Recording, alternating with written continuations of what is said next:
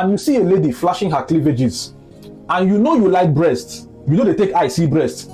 See, decide in your heart, purpose in your heart that I will not glance a second time. I will not take a second look. You can. Hi, if you're a man and you're either neck deep in the addiction of pornography and masturbation, or you're already making progress out from that pit, here is a practical step you can put in place to fast track your progress. Brotherly, see here, man to man, if you're online or you're walking on the streets and you see what you like, you see what you consider to be your spec, or simply put, you see what always triggers you, simply look away. Simply turn your neck and look away. Decide in your heart that you will neither consider nor deliberate that thing that has the capacity to trigger your emotions in your heart.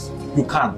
You're online or you're walking on the street and you see a lady flashing her cleavages, and you know you like breasts, you know they take eye see breast. See, decide in your heart, purpose in your heart that I will not glance a second time. I will not take a second look. You can. My guy, I know it can be hard at the beginning, but decide in your heart, remind yourself, talk to yourself that there is nothing new about that cleavage that probably I saw by accident.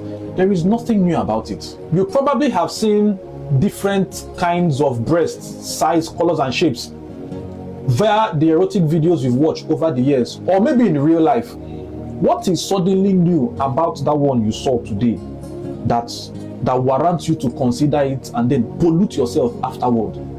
It's not worth it. Or are you not aware that this is gear one? This is step one to landing you on the porn site, which will eventually lead you to defiling yourself.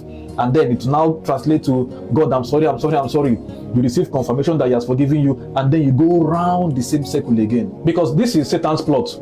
What he wants you to do is to snap that exposed cleavage and save it in the hard drive of your mind.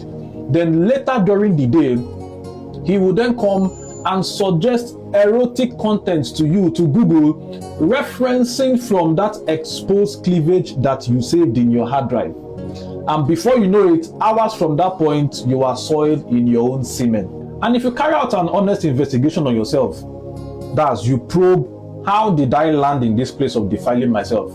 You begin to backtrack. You realize that the entry point or the crack was from when you snapped and decided to consider that exposed cleavage. You see, James chapter 1 and verse 14 teaches us that we are drawn away and enticed by our own lustful desires.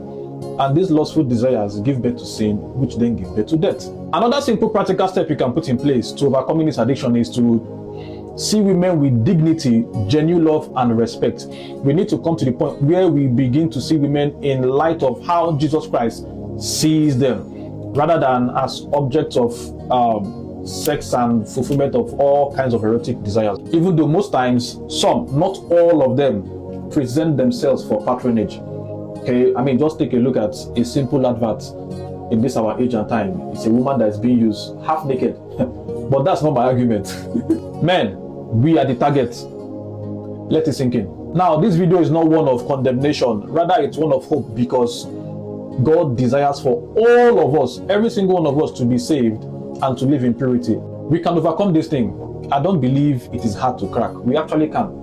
Okay? God bless you, and I'll see you on the next one.